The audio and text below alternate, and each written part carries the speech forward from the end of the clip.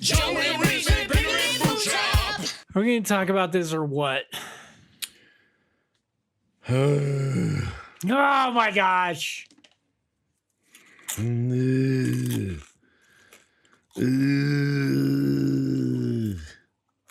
What part of it do you want to talk about? The whole thing. We got to talk about. Joe, you are a school resource roofer. Mm-hmm. This thing keeps happening in our country where people, I don't want to say mass shootings keep happening because they expanded the definition of mass shootings. What I'm talking about is people shooting schools up. So personally, like we're 5 hours from Denver. Columbine happened. Micah's sister was one of the kids that was locked in the choir room while it was happening. It was kind of this watershed moment for the United States where it was this first really bad school shooting, and then it's become commonplace. Commonplace, yeah. Scott's son has been in a school shooting. Like 2 people in my band have had very close, immediate family members in school shootings. So at Scott's, it was another one that happened about 4 years ago, but kid came into school, shot like 2 to 4 people, and then killed himself. And Scott's son was like in the school. It keeps happening. It just happened. It happened. I don't watch the news, so all I do is read it. I don't know how you say the name of this town. Uvalde? Yeah, I'm not exactly for sure either. That sounds right. So 19 kids Brutal. got killed and 2 teachers, and then the kid died. Terrible. It's terribly tragic. I think the thing that I'm not reading about that the other tragedy is this person that shot all these 4th graders was also a kid. He's 18. And I think that's also tragic. Somewhere there are mental health issues that are not being addressed. Agreed. However, that 18-year-old kid thought that was the best thing that he could do, that he had run out of hope to that point where he did this. So I wanted to talk to you about it, man. I've wanted to talk to you about it all week because you do this for a living. Yeah. You're a school resource roofer. Yes. I hate that us talking about it becomes a political thing because you and I are both professing Christians, and this is something that hits us deeply as parents and as Christians. I'm going to interrupt you. Personally, I don't think this is a political issue.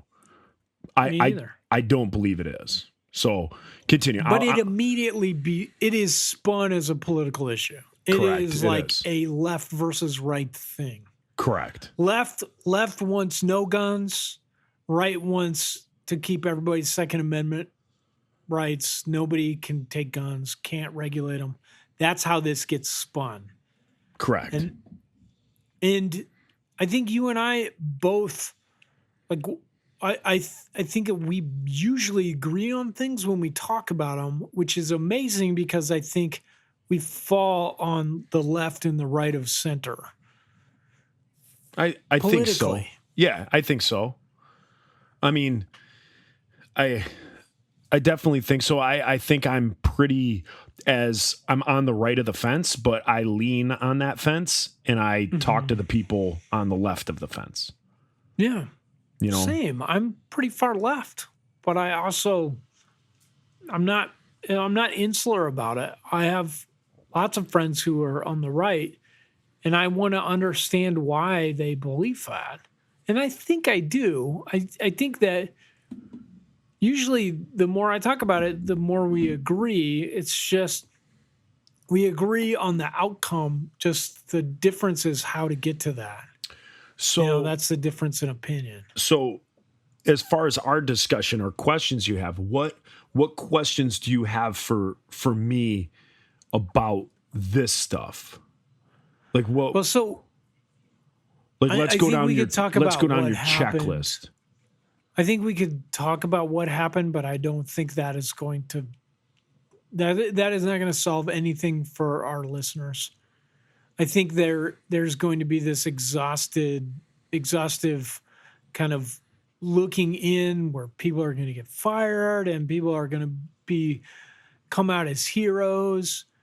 You know how the police handled it, how the school resource officers handled it, whether or not they did their training, their shooter training, all this stuff. What hurts me the most is the politicalness of it. I don't understand why we're still having this discussion. Kids are dying, and I'm pretty far left. I don't want to take away guns from people. I don't think many people do. I think 10% of the country actually feels that way, that they want to just get rid of guns. And I would say half those people want to do it because it worked in Australia. See, here's my thing. I build up like a volcano and then I go. Mm-hmm. So for me personally, let's hear it. Let's hear your volcano.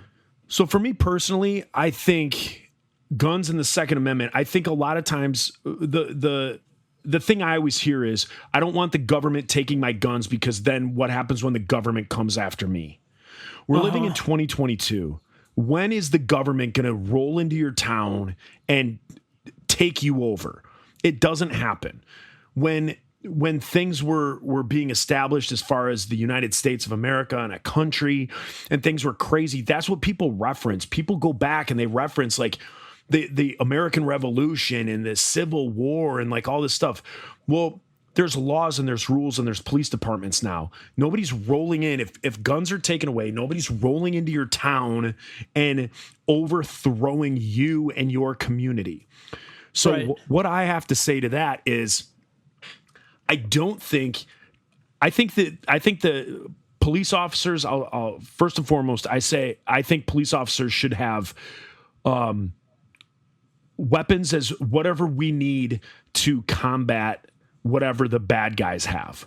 So I agree with that. I don't think I should roll up with a revolver or a semi-automatic pistol and people are shooting me with AKs. Mm-hmm. Like, we need to be equal playing field. So right there, this demilitarize the police nonsense, throw that out. I'm not even going to speak on that. I think that's bull crap. So the next thing I have to say is, when it comes to guns, I think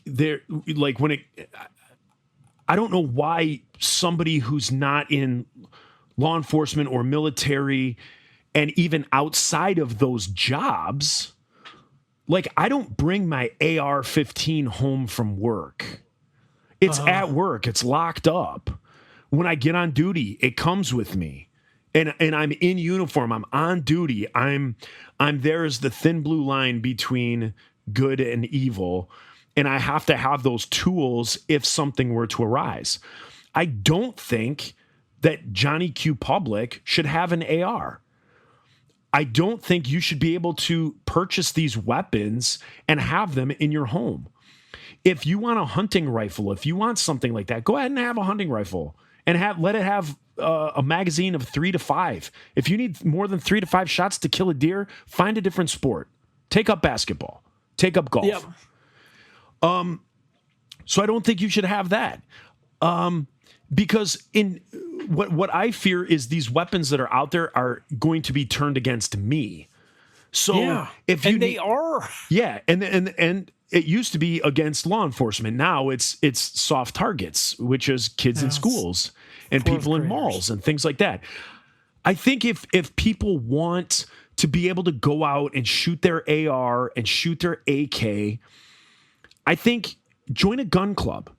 And gun clubs could be where you go to a gun club and just like my rifle is locked in a locker at my office until it's time for me to use it or go out on duty. If you want to own an AK, go ahead and own an AK, but have like gun ranges, like bank vaults. Go into your safety deposit box, take your gun out, use it at the range, and it doesn't leave. It goes back in at the club. It's got your name on it, whatever. You have your like little locker, you have your whatever. Or if you just want to go shoot these weapons, go ahead and go. Pay your fee.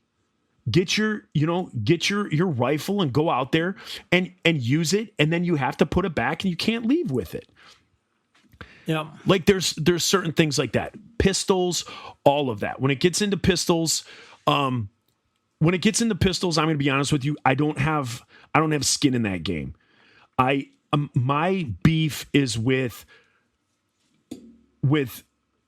assault rifles, long guns, those types of things. If you're hunting, fine, own a shotgun, be able to defend your house. Nobody's defending their house with an AR. If someone breaks in your house and you're ripping off rounds with an AR, if you're missing that person, that's going through every wall in your house and probably going through your neighbor's wall. Right. If you have kids sleeping in the next room, that round is ripping through all the drywall in your house. No. So, you know what I mean? Like if right. you want home protection, buy a small shotgun and buy birdshot. Because if someone's breaking into your house, you're going to be engaging them from anywhere from 5 to say 20 feet at the most in your house. Birdshot will blow their face off their skull. Like, incapacitate that person. You might not even kill them. You might incapacitate them enough where they seem like they're dead, and then the cops come and get them. And they go to the hospital, and their face is gone forever. Or you can kill them with birdshot, but you don't need rounds that are going. You don't need armor piercing rounds like that. That's the kind of stuff that I don't agree. I don't agree with the right with that stuff. If you want to own a gun, own a shotgun, own a hunting rifle, own a pistol, you can do that stuff. But I would say if it's more than a certain amount of guns, like if you own more than 6, those guns have to be at a club. They have to be locked up at a place where you can go. You can access those on the range. You can do those types of things. I don't think they should be out and about and all of that stuff. So that's kind of what I think on gun control. I think this is funny because we think this would be a political argument between the two of us, but I agree with everything you just said. What drives me nuts is, and I've read recently, is everybody thinks if you're a Republican that you say political, people look at it as political and religious. Yeah. That like if you're a Christian, neither one is. Yeah, if you're a Christian, you vote for Trump and you think everyone should have guns. That's not true. And like that's one thing that like drives me absolutely batty. No, it's like me saying I think that's a cult. It's like me saying every liberal. It's like me saying every liberal hates cops. Every liberal like you don't. You're liberal. You understand there's a place for the police department. There's order. There's rules. There's chaos. Cops. I love one in the biblical sense, and his name's Joe Yerke. Bam. Like, I know what you're saying, and this is the other thing. I think statistically, when they poll Americans, they don't poll to the left or right. Most Americans want gun reform. They're not being like, hey, my Second Amendment rights are being taken away. That's just the loudest voice that you hear. Right. Most Americans want there to be some reform. They want some sort of mental health check. They don't want 18-year-olds buying AR-15s anymore. Like that, we've already had 2 terrible examples of where that could go wrong with Sandy Hook and now with this Robb Elementary. I think most Americans don't want that. They want some sort of gun reform. But here's who I think is driving the machine is the arms manufacturers and their lobby, the NRA. I think the arms and ammunition manufacturers make, anytime there's a school shooting, they make billions of dollars. And this is what I was touching on in the last Five Iron album in the song Renegades. It's money. They're toying with people. They're just using you to get money. Anytime a school gets shot up or there's a mass shooting, they start bringing up this thing saying that the government is going to take away your guns. People start hoarding guns, start hoarding ammunition, and they start doing it because they're afraid of this boogeyman that these corporations have created out of the government to try and make them have to buy their product and buy it at twice the cost because now it's scarce. It's ridiculous. So the whole thing is a cluster because the toothpaste, I don't feel like it's completely out of the tube. Like I feel like we can do there can be major overhauls in this country, but it's going to step on toes and it's going to be a major change for people. And I'm not against that. The issue with me and from my position at my job is what I see both in the adult realm of law enforcement and the juvenile realm of it is we live in a country where we have the Constitution of the United States. We have a Bill of Rights, and we can identify people. We can 1000% identify people of like, this guy's an issue. This guy's going to be a problem. This kid is going to be a problem. Yeah. But we don't live in a world like the Tom Cruise movie of Minority Report. Right. We can't incarcerate people for stuff they haven't done. We can't incarcerate people because of things that they say or do to a point, right? To a point. If you have that crazy guy in your neighborhood or you have that depressed juvenile that plays violent video games and like kind of checks on all these boxes. I'm not saying violent video games cause it. I'm saying if you're already, if your compass is already pointing towards certain tendencies and then you add in that fuel of violent video games and devaluing life and things of that nature, we can identify these kids. If there's kids that are, we can identify them. And we can identify these adults too, but there's nothing that can be done. You can't, we live in the United States of America. I can't go to somebody and be like, you're an absolute creep. Like you love guns. You love looking up Columbine on the internet. You love this. You've talked about Hitler. You've talked about this. You've done this. You've been caught doing this by your neighbors. You've done this. You've done it. There's nothing that can happen. Like those people have their day in court. If there's charges that can be pressed, charges are pressed. They have their day in court. The way the judicial system works is they're put on probation.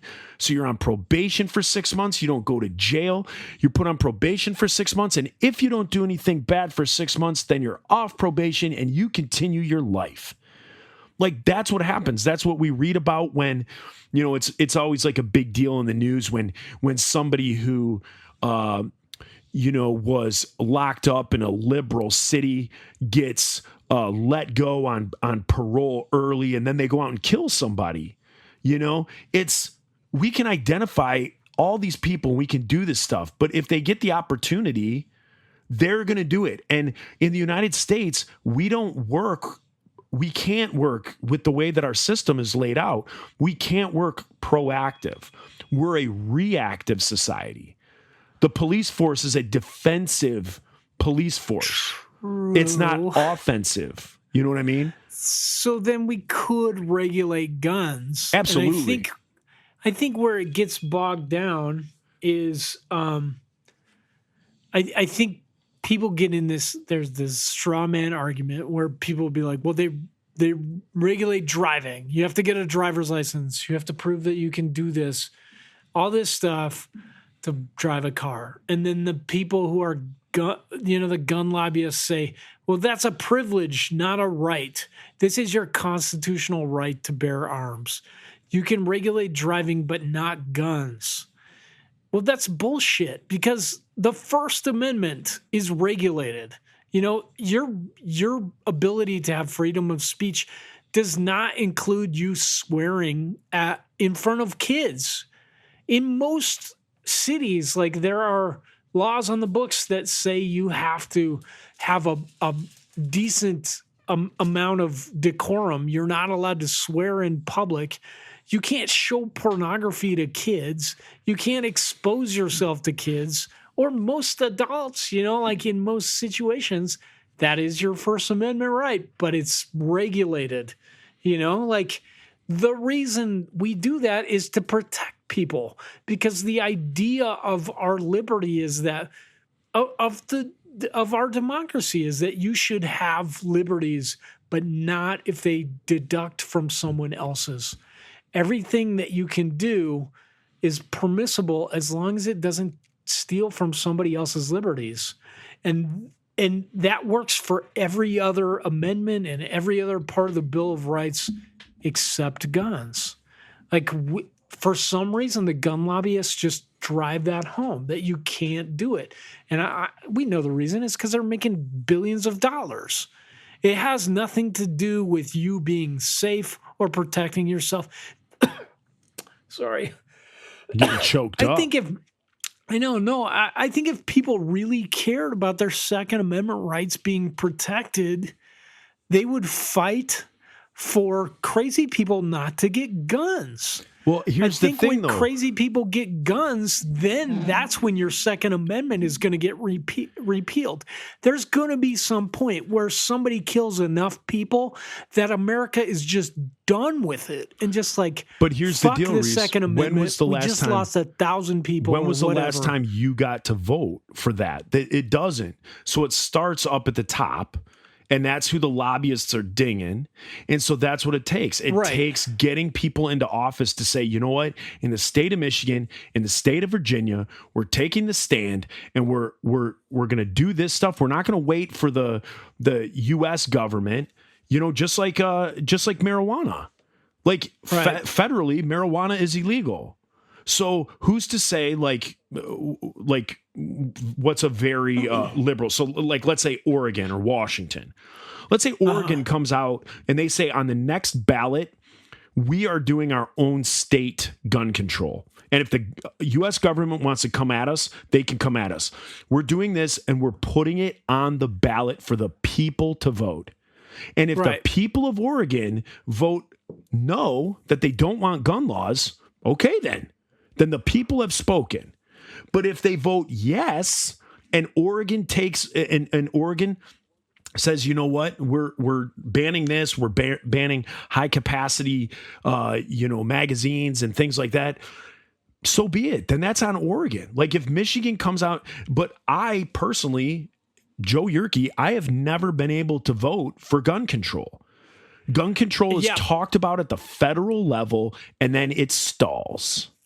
But you vote for people that should be able to vote for it. There Correct. Should be. Correct. So like when but Clinton over was decades president, and decades and decades, think of everybody that gets up and spews their rhetoric about how they're going to be different, and they never are. That nobody is. We as the people need to make it a thing. Like when Clinton was president, they banned assault rifles.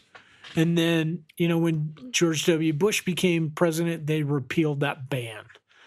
So did it help? I don't know. I mean, like, did it keep school shootings from happening? I think Columbine happened when Clinton was president. So no, and it was an assault rifle. It happened. In New York City, they banned handguns. And I think it was found to be constitutionally wrong. So they had to repeal this ban they had on handguns in New York City. We just need as a people, I think, to make it be something that we vote for our politicians to do. If this is their campaign, that they're going to get behind this act that says there's, 18-year-olds can't buy guns, or we can only have guns that have 15 rounds in a clip, or guns that have 6 rounds in a clip, like revolvers. Or, what you're saying, people should be able to have guns, but they're locked up. Or my point, I think you and I have talked about this before, like the military in Switzerland is the people. If you're 18, you get conscripted as long as you're physically fit enough to be in the army. They do your basic training and then they send you home with whatever weapon you're trained in. So there's people in Switzerland that have rocket launchers in their closet that are locked up. They're trained how to use it, and they've been screened to know that they're safe with it. There's, they have machine guns and all this stuff. But that's what keeps them safe. Here's the thing though. I have no problem discussing with somebody like what goes on American soil, but what drives me nuts in these conversations is like what you just did, where you pull out a foreign country where usually the person that you're talking to has no clue. Like, I can't sit here and pull that up on my phone and see if that's true or not. And then the other thing is, I can bring up the reality of it is that if everything you just said is true, and there's somebody in Switzerland who's been vetted enough to have a rocket launcher in their closet, that person is a human being. At any point, their brain can break. At any point, their wife, their husband can leave them, and they can say, life isn't worth living. And they're just a human being with a rocket launcher behind a lock. And if they have the key to that lock, I don't trust that system either. Like that's not a system that I would like. People are broken. And so I don't want there's always going to be that broken person that uses whatever means that they have. If I wouldn't bring that system here to the United States. We have soldiers that train and are great at what they do, and their brains break with PTSD. Their brains break from the stress and from what they've seen, and cops and firefighters who break from what they've seen. And we have these tools at home, and it's just so. Before getting off on a tangent, like that's one thing that drives me nuts is when people bring up the like, well, when in Sweden or in Switzerland, like let's talk here. Joe, I agree with you. It's pie in the sky stuff. What they have that we don't is something. They have history. They have something that's already on the books. They have something on the books. Yeah. They have something. Yeah. We have nothing. We do. We have it's just nothing. It's not enough. It's just not even common sense. It's not even like, hey, let's let these people wait a week before they get their gun, or let's not sell AR-15s to 18-year-olds. Right. So there's no common sense. It's just this feeding frenzy of ammunition companies and arms manufacturers trying to make money hand over fist. And one day they can see the future. They're going to lose their jobs. I do agree with you. So enough people are going to get killed one day that everybody or one of their kids. One of their kids is going to be in a school. One of their big old private schools, where it's $60,000 a year to send your kid to second grade. There's going to be something there where some big gun manufacturer, something like that, his kid or their kid is killed by this, or they're at a mall or something. And I think that's going to probably be the pivotal point. But for that one guy, I'm sure everybody else will just move away from him and be like, nope. Yeah, then the next guy will just come in and be like, I don't care. I'll sell my soul to do this. But exactly. So I agree that there's certain things that need to be implemented to keep this down, but it's more than just this is the issue, and if we fixed this, all this would go away. Because I think you're right. It's not the mass casualties. Yes, because obviously if I have a gun with 30 rounds in a mag and just so you know that the term clip isn't the right term. I don't want to get technical with you, but a magazine. It's a magazine. A clip. You remember in like war movies where the guy has like the gun that's like the bullets are being fed in through like a belt. Yeah. So like those belt fed where they're just and the guy next to him has like the bucket full of ammo that feeds out, those are held together by clips. If you're like shoving something in the handle of a gun, like that would be a magazine. So thank you, Joe. Yeah, so clips are just the ones that are on the belt feds. But anyway, regardless.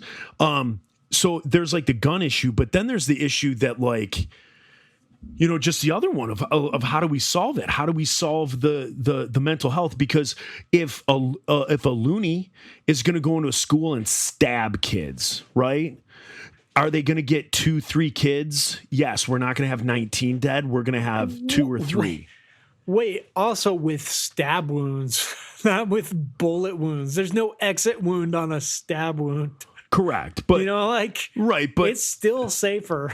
I mean, safer to a point. I mean, if I run into a classroom and I start going for necks, I could have a high kill rate. 3 kids? Yeah, that's what I'm saying. And here's the thing. I want listeners to know right now, you already heard where I stand. I do think there needs to be gun reform. I don't think people should have ARs. I don't think any of that. I'm not one of these crazies right now that are like, if we ban guns, then we got to ban knives. I'm not saying that. I'm saying someone who's mentally ill, someone who's depressed, someone who wants to hurt somebody is going to hurt somebody. So let's not turn a blind eye to that is what I'm saying. So if we're looking at gun reform, it's more than just hey, we did all these gun laws, let's move on and all our kids are safe. No, they're not. No. So we need to look at gun reform. We need to look at how we deal with the mentally ill.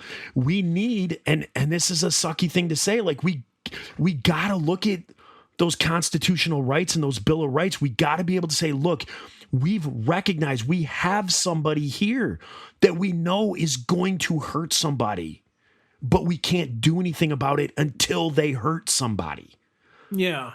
And if that guy hurts somebody by stepping onto a bus and knocks a person out, okay, well, that person gets knocked out. Nobody ever thinks of that person. And that guy gets arrested for assault and, you know, whatever. The judicial system happens. But the one day that he snaps, he punches someone on a bus. And then person 2, the one day they snap, they go and kill 19 people at a school. So it's very hard in the country that we live in with the rights that we have, you know, to be able to weed those people out. And, you know, you can't put them on an island. You can't do that stuff. You don't have the manpower in law enforcement to just have someone sit in their front yard and wait for them to leave the house.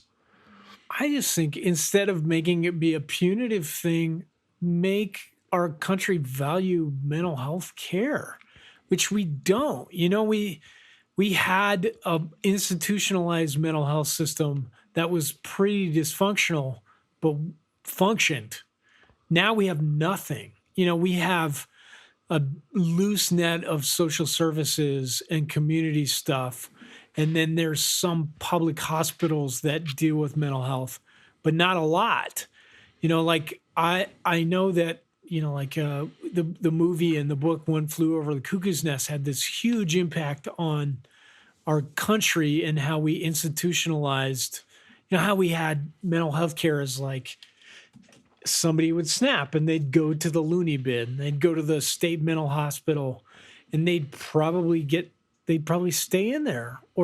But we had that. Now we only have it like for people that get into mental health issues becoming criminals. Correct. Where they're to the point where they've committed a criminal act. They can't go into regular prison, which is basically a mental health hospital anyway, regular prison or regular jails.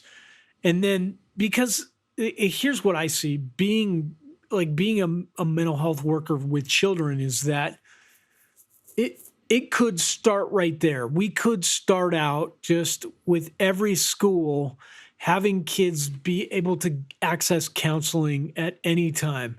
So they could just go to a counselor. It's not frowned upon. We talk about it as a society that mental health is a spectrum, that nobody is crazy. This doesn't make you crazy. Everybody needs help. go talk to somebody. Here's somebody that is trained, like a psychologist or Now a we therapist. have that. We have that in our school system. See, we have it here, but it's like one person for the whole school, and they don't have time to talk to the kids. So, like my kids going through divorce, they should be able to go talk to somebody a couple times a week and just say, "Here's what's making me sad," and they get to talk to somebody, and that person kind of feeds through it. And then the kids that need more help, that are actually victims of neglect or abuse, that person's picking up on that. And then the next step, like for these kids that are not getting that help, is not just to plug them into the foster care system, take them away from their parents, but like to get their parents help. Here's some help with parenting. Here's some help with, like, noticed you left your 8-year-old at home for 2 days. What's going on? How can we help with this? Are you on drugs? How can we help with this? Instead of making a punitive thing so that kids can stay with their parents. The flaw in that thinking is here in our area, we have everything that you just talked about. We have everything that you just talked about. The flaw in that is parents or the children may not want the help. Sure. And then like you can't. So then when you identify a mother or a father that needs help, that you identify that their children are struggling at school, the children are seeing the school counselor, psychologist, psychiatrist multiple times a week. And then you identify that through their problems, it's an issue with the parent.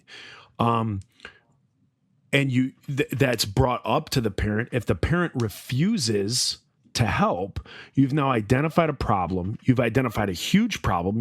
You've identified neglect. You've identified possible abuse, all these different things that are now a criminal thing. And so the school says, hey, look, mom, dad, you guys need help. You need to do this, this, and this. And they say no. And mom and dad or whoever continues to have their drug problem, continues to have whatever issue that is being discussed. And they say, no. Well, come on, you need to do this. You need to help your kid. You need to do this. You need to help you. No. So then the next step is they're not listening. So now we're going to contact the police. And so the police are contacted. And then it's like, hey, this mother leaves for 5 days at a time and leaves her 10, 8, and 3-year-old home. And so the 10-year-old has to watch them all. So now mom returns. Mom is picked up and, arrested for neglect, child abuse, and these 3 kids, you know what I mean? So it's the school, like our school system has a ton of counselors, therapists, psychiatrists, all that stuff. All that stuff is there. Our community and the surrounding communities here in Michigan, in Oakland County, they have this, I want to say governing body, but it's more like an umbrella at the county level. So at the county level, it's called Youth Assistance. So it's called Oakland County Youth Assistance. And then every larger city in Oakland County, so here in Royal Oak, we have Royal Oak Youth Assistance. So if anything happens, any juvenile under the age of 18, you can go to Royal Oak Youth Assistance free of charge, get the counseling that you need, seek any of that family. If they can't help you, they're going to direct you where you can. And then the smaller cities that aren't large enough to have their own youth assistance go through the county Oakland Youth Assistance. Mm-hmm. So like they have that here. But again, the family has to be willing. And so what I see are teachers, counselors, principals, everybody bending over backwards till they're blue in the face, whatever you want to say, doing everything they can, working with law enforcement. Law enforcement is like, dude, we don't want to arrest you. Like, mom, we don't want to arrest you. We don't want to take your kids away. Like, we don't, like, please don't make us do this. But then she leaves again for another 5 days and leaves her kids home alone with like, then take the kids away with a box of popsicles and, Cheerios. But like, so there's the two parts that aren't working are I think that in our society, it's still a stigma to get mental health help. Nobody is talking about it as if we all need help, which we all do. And most insurance companies, like my insurance company will pay for, and this is an anomaly, this is extra. They'll pay for 4 mental health visits a year. Well, that isn't shit, dude. Yeah. Like both my parents just died and I'm going through a divorce. I want to talk to somebody once or twice a week. I need that. Yeah. So I have to pay for it out of pocket. So you got to talk to me. Yeah, I got to talk to you in front of all these people. Yeah, this is our therapy. But like it's stigmatized. We're not valuing it. We're not putting value on it as a society. And so for someone that is already embarrassed by the fact that they have a drug problem, nobody's told them like, hey, you're medicating yourself for something else. You need to talk to this person about what is going on in you that makes you feel like you're empty and you need to keep doing drugs or you need to keep drinking. Like that is not happening because it's not readily available because our society does not value it. I kind of disagree with you. I think people who are in those situations where at the point where you can be labeled an addict or you could be labeled mentally unhealthy. I think people have had many people in their lives, whether it be parents, whether it be spouses, boyfriends, girlfriends, best friends, say, hey man, like, I care about you. Like, I believe everyone has had somewhere in their life where before they reach that addict point where someone has said to them, you need help, you need this, you need that. And people choose not to. And it's like, maybe, Joe. Well, I do believe it's a maybe, but I would think again, from like the situations that I see now, mind you, usually when a cop is showing up at your house, you're pretty far down that addict path. But I mean, we come across addicts that we don't necessarily, arrest. We don't do those types of policing. Our policing is, if you're an addict, if you're that stuff, like we take you to the hospital. We don't incarcerate you. Right. We try and do those things in our department and the agencies around us. We have a program called Hugs Not Handcuffs. So, like if you're an addict and you walk in the front door of our station and you're like, hey, I'm an addict. I got 2 pockets full of heroin, full of this, full of that, but I can't stop doing this and I want to. Like, you can't be arrested for that. Like, yeah, obviously we're going to confiscate the heroin, but instead of like arresting you for possession of heroin or use of heroin, you can walk in with needles sticking out of your arms. We're going to try and get you the help that you need. We have in our police department, it's called CIT, Crisis Intervention Team.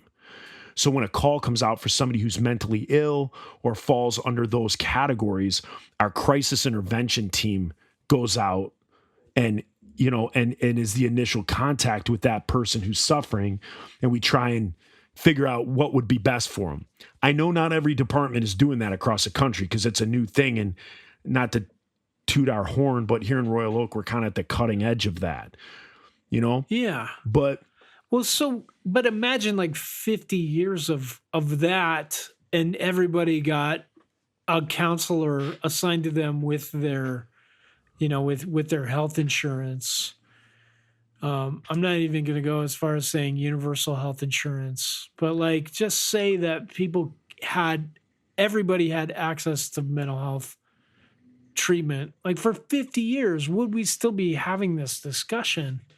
It wouldn't be like, I think there would still be addiction. I think it's still a genetic issue. But I think people that are self-medicating for stuff would see more help. Right. And I think in turn, they would be better parents and they'd give their kids more tools to deal with this stuff. And in 50 years, maybe we wouldn't have school shootings. or we'd have less. Well, I mean, when you're, yes, I would hope. That would be the goal, is to, if this 18-year-old that went into that shot his grandma, crashed his car, ran into a school, if he knew 5 years ago that he was mentally ill and sought help for these feelings or whatever like that, yes, I would hope that this last school shooting could have been avoided. Yeah. It's just the unfortunately, the overall factor are humans, and so no matter what, but I'm with you in the sense that if we have 5 school shootings a year and we drop that down to 1 school shooting every 2 years, that there's still going to be people that don't take that help. There's still going to be, when you talk about insurance and stuff, you break your arm and you have your insurance for that. There's a set time for that. There's a set time that it takes for a bone to grow back, for a bone to fuse together. And I know 8 weeks later, my cast is coming off and I'm going right back out to play football. But when it deals with the brain, there are no timelines. And when it deals with the brain and when it deals with depression, right, depression isn't something that is cured, right? It's not something that's cured. It's waves. It's up and down. Medication helps, but you still have. So when you have that independent variable that is the person who is mentally ill, you're always going to have violence. You're always going to have those things. But yes, we want to make less of them. I just think, like, in counseling, you talk about, or in psychology now, they talk a lot about adaptive coping mechanisms and maladaptive coping mechanisms. So a maladaptive coping mechanism would be drinking, would be punching things, would be anger, would be violence. An adaptive coping mechanism to deal with my anxiety would be something as simple as just deep breathing exercises or counting to 20, something, picturing something, smelling something. But like talking to a counselor or a mental health specialist, you at least have something. You at least, somebody is telling you, instead of this, try this. It helps. Like, instead of drinking or punching your kid's face, count to 20. Go outside.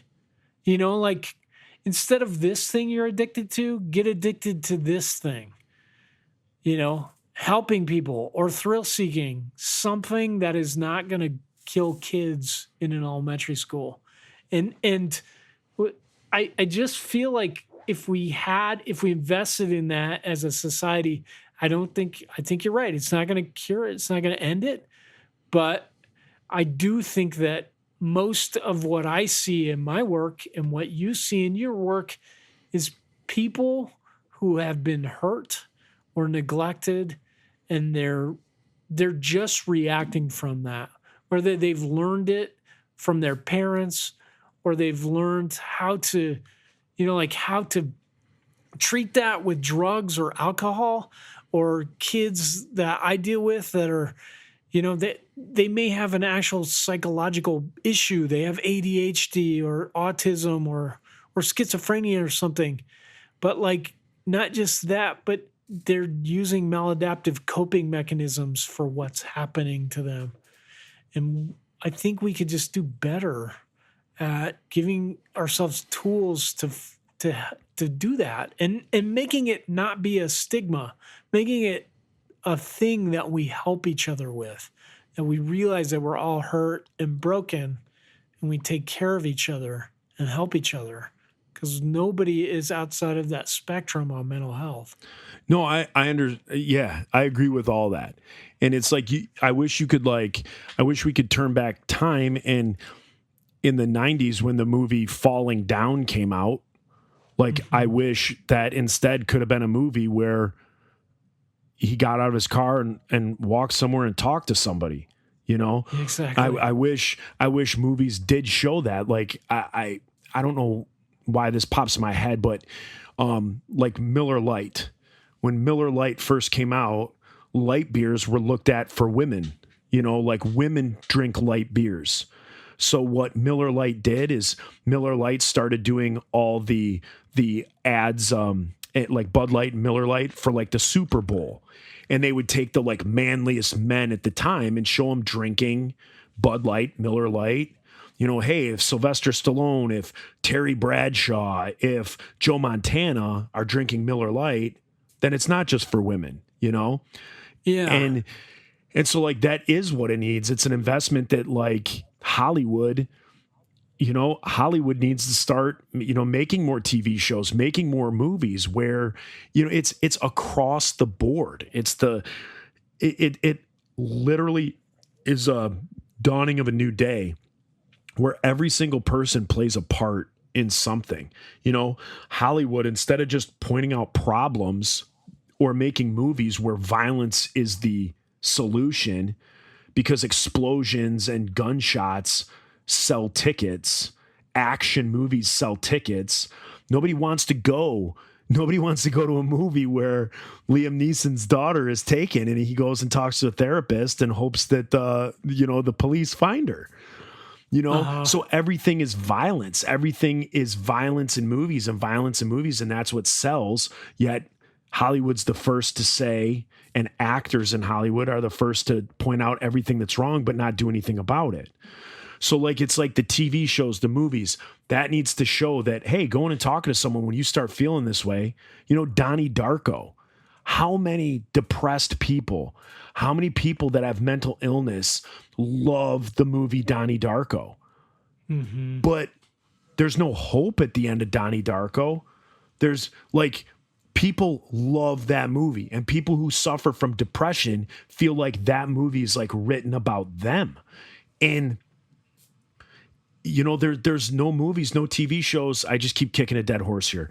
There's no movies and TV shows that show otherwise. And just like you're saying, it needs to be not many. Yeah, it needs to be like those Miller Lite commercials where people need to start realizing that, hey, through A, B, C, and D, it may have molded you a certain way. And it's going to take some guy who might be 25 years old now or 18 years old now to start seeing that stuff. So when he's having kids at 30, 35, they're growing up seeing dad go and talk to somebody. It's an investment for the future and the mental health for the future of this country. It's not going to change overnight. It's not going to change in 5 years. It's not going to change in 10 years. It's going to take us sowing the seeds in music, in movies, and all of that now for generations to come. And you got to couple that with, gun control. You gotta that with, all these other things. It's going to take 3 or 4 different areas of Americans' lives to really do this. Yeah. And you touched on it at the beginning. I haven't read a whole lot about this shooting and stuff like that. I really don't read a whole lot in the news, and I'm not going to criticize somebody else, but I think my comment might be talking out of two sides of my mouth. I'm not going to criticize until I know all the facts. However, allegedly, the facts that I heard were officers didn't go in right away, and there was like an hour as they stood around. Our training here in the state of Michigan, and I can speak for every department in the state of Michigan, because that's the training, whether people choose to follow it or not, the training is there, and it's what most, departments all train on. We all train together. And so after Columbine happened, like when the Columbine shooting happened, what law enforcement did was they would surround a quote unquote active scene, and you would wait for SWAT. And SWAT were the guys who trained day and night and did all this stuff for that type of thing. And after Columbine happened, they said there was like reform, and they said that didn't work. So we're not going to wait for SWAT. What we're going to do is we're going to wait for, 5 to 8 officers to show up. And then 5 to 8 officers are going to make entry like a SWAT team. And they started training with similar training to SWAT. And then more school shootings happened, and they said that didn't work. You're going to wait for 3 to 5 people to show up, and then 3 to 5 are going to make entry. And then still more people got hurt. And then it was like, you know what? The first 2 guys on scene go in there and make contact with the threat. Well, here in Royal Oak and in the state of Michigan, we have what we call Raider training. And so we're trained that if you're the first one on, you're going in. Like it's no longer like teams and waiting for people. You know, like we as law enforcement have fobs, have keys to buildings. In our city, all our officers can get into any building that's locked, anything like that, by fobbing in. We have emergency fobs, and we're just trained. Like I said, it's called Raider training. That, you know, if there's a school shooting, if you're being dispatched to a school and you got to drive through the front door, even if your fob doesn't work, and you got to drive through the front door, drive through a wall of the school to get in there, you're not waiting for anybody. You're one person and you're going in and you're making contact with the threat. So that's the way we're trained. We had a situation here in Royal Oak on Friday. And so I'm the school liaison officer. I have 16 schools underneath me that I watch over. And we had a situation happen about a mile, probably about a mile, 3/4 of a mile from an elementary school. And we had a situation where some guys were fleeing from police officers, I think for some stolen goods, and they ended up crashing. And when they crashed, they took off from the car and they ran in the direction of the school. Now, mind you, they were still a mile away from the school, but the fact that they were a mile away from an elementary school and were running from police, I put that school in what we call secure mode. So here in our school district, we have 3 modes. We have medical secure mode, and that's where if somebody's having a medical issue in the building, we put the school on secure mode so everybody stays in the class to keep the privacy for whoever's having a medical issue. EMS can come in, take them, remove them from the school while everybody is in their classrooms. The halls are free. You know, there's not people switching class. So we have a medical secure mode. We have a secure mode, which is what I put this elementary school on Friday. And so what that is we know that there's a threat outside of the school, a possible threat. These people, that's very well that they could run a mile and enter into the school maybe to duck out of sight from the cops. So we put the school on secure mode. It locks all the outside doors, but everything continues within the school. Teaching continues. If kids need to use the bathroom, they can use the bathroom, but nobody is allowed inside or outside of the school. And then there's lockdown. And lockdown is the biggie, where there is a perceived threat. That threat may have breached the perimeter, maybe inside the school, and that's where you go into the training that comes along with that. So we had that issue on Friday. So it's, you know, a mile, 3/4 of a mile away. School goes on goes on secure mode, and then it actually delayed. Instead of the kids getting out at school at 3:30, this whole incident started about, I believe, around 2:45, and then the kids were released from school at 4:30. So they just hold them in there safe because they don't want to release the kids if at that point a threat were to be on the property. So they wanted to make sure that we had everybody in custody, that everything was taken care of, and then the kids were released just because this school was so close. So with all of that stuff that I just said, I didn't hear any of that happened in Texas. And again, the facts all haven't come out. I don't know anything. I don't know who is responsible, who is making calls. I don't know any of that. But just knowing that there was a school shooting in Texas, and someone ran into the building, only knowing that bit of information, that is how our schools work. So if there's a police chase going on, if gunshots are heard outside, those types of things, they automatically put the school into secure mode and, you know, do what needs to be done there. That's so heavy, dude. Yeah, so that's my 2 cents on that. So heavy. I think it's amazing that you do that for a living, Joe. Well, someone's gotta. You know what I mean? Someone's gotta. It's true. Somebody's got to do it. I mean, there's people that just freeze up and they don't want to think about it, and they shouldn't have to. You know what I mean? Like when we say let's arm teachers, let's not arm teachers. Let's let teachers teach. Let's not like turn a school into a prison. Most cringiest thing I ever hear when they're like, the teachers just need guns. No, they don't. And I'm like, no, teachers oh need. my gosh, this is the answer we've come up with? Teachers need like, more supplies. We're just going to have a shootout with kids? Yeah. No, it's. Or kids, they were like talking about getting them Kevlar backpacks and all this stuff so they could protect themselves. I'm like, this is not the discussion I want to have right now. Exactly. My kid is not going to be like a human shield. Right. I don't want my kid's teacher having to worry about shooting kids to protect the other kids. Correct. We should not Fix have to. the other stuff. We should not have. Exactly. We shouldn't have to arm. We shouldn't have to arm teachers. We shouldn't have to put kids through boot camps. We shouldn't have to do all these things. Like kids should be kids in a school. Teachers should teach, and all the other stuff needs to change. We can't be. Be sticking metal detectors in every school. Metal detectors don't do anything. If you want to get something in a school, you can get something in a school. You can get anything in a building that has a metal detector. All you're doing with that metal detector is you're sending anxiety and stress through the roof of every child that has to walk through that thing. They don't work. So if people who sit out there and they're like, well, did the school have a metal detector? Man, get out of here with that nonsense.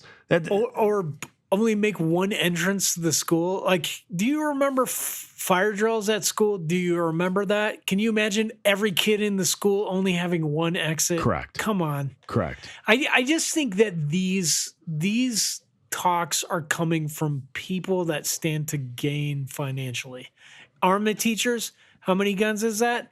Who's putting that argument up? It's the arms manufacturers. Kevlar, it's the same thing. It's just like this industry that's just like, here's a good way to sell more Kevlar. Here's a good way to sell more guns, more rounds, more metal detectors, more fear. Putting a metal detector in a school. Somebody's making money. Putting a metal detector in a school is like just putting a pylon like on a highway. Like you're going to go, like a pylon is not going to stop it. Just one pylon in the middle of the street. People are going to drive around it. Like people are getting into buildings that have metal detectors. The people who walk through and get detected are the people who are like, oops, oh, you know what? I'm sorry, buddy. I forgot I got my keys in my pocket. You know, like those people. I'm walking into an elementary school with an AR-15 and 15 magazines. I almost said clips. Right. Sorry, Joe. Yeah, it's bizarre. Come on. Okay, we did it, Joe. Yes, we did. We solved this problem, much as we solved racism in our country. You're welcome, America. You're welcome, pickle and boot patronizers. All right, so apparently you have another bonus that's going to go up which is you talking to a resident of Middle Earth. Yes, the 6'10" Tobin Ballwinkle, and you know what? So you guys, you listen to the first half of this, the freebie portion, and then this. If this is maybe a little too heavy and you had to shut it off, that's okay. Listen to the Tobin stuff. In fact, Reese, at the beginning of this, add that in. That it's going to get heavy, and we're putting out that bonus for if you don't want to listen to this part, you can turn that on and you still get your bonus. You still get your content for the week. Joe and Reese, Pickle and Boot Shop.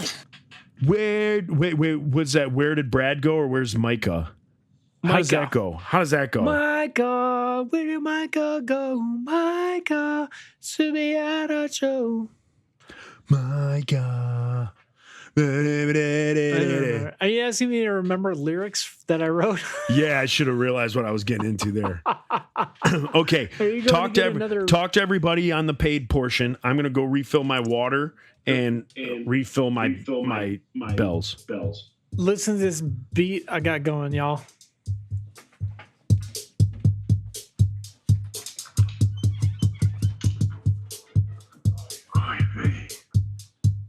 You listening to that nonsense?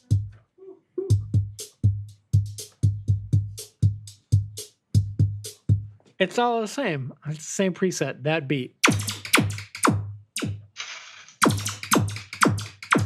Oh, that's a good one. That's crazy.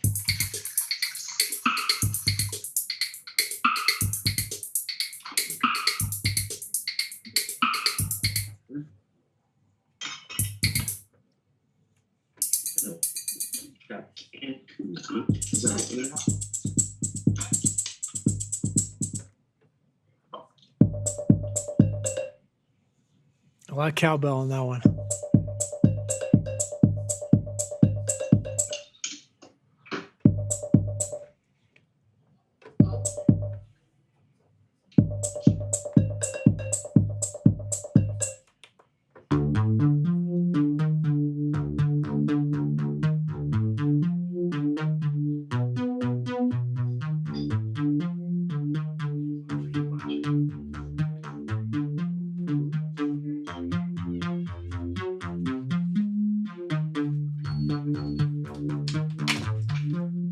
Huh?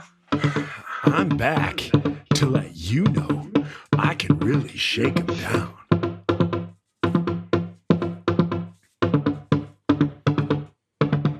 Woo! That's the end of that crap. Okay. Joe. Yeah, I'm here. Okay.